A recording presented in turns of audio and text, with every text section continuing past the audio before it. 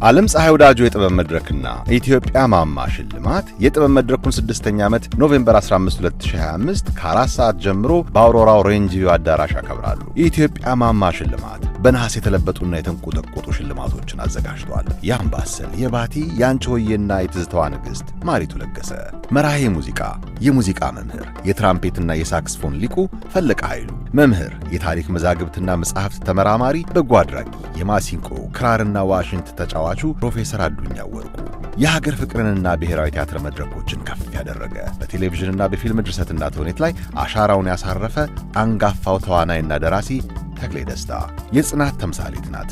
መምህርት፣ ሰዓሊና ቀራጺ ፕሮፌሰር ከበደች ተክለአብ፣ ባለቅኔ ገጣሚና ዜማ ደራሲ በሙዚቃ ሥራዎቿ ትውልድን ያነጸች ታሪክን፣ ማንነትን፣ አርበኝነትን፣ ዘላለማዊ ፍቅርን፣ ኅብረትን የሰበከችና ሀገርን ከፍ ያደረገችው ድምፃዊት እጅጋየሁ ሽባባው ጂጂ የክብር ማዕረግ ተሸላሚዎች ናቸው።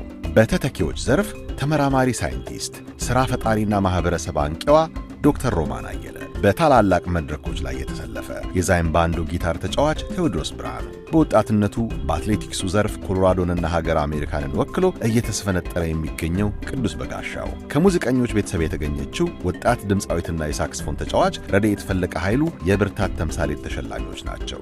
ኖቬምበር 15 2025 ከ4 ፒኤም ጀምሮ 17599 ኢስት አይሊፍ አቬኒው አውሮራ ኮሎራዶ በሚገኘው ሬንጅ ቪው አዳራሽ ሙዚቃ፣ ተውኔት፣ ውዝዋዜ፣ ግጥም ሁሉም በየአይነቱ ተደግሷል። የመግቢያ ዋጋ 50 የአሜሪካን ዶላር ብቻ። ለበለጠ መረጃ 720 645 7937 ላይ ይደውሉ። ጥበብን እንኖራለን። ዓለም ፀሐይ ወዳጆ የጥበብ መድረክና ኢትዮጵያ ማማ ሽልማት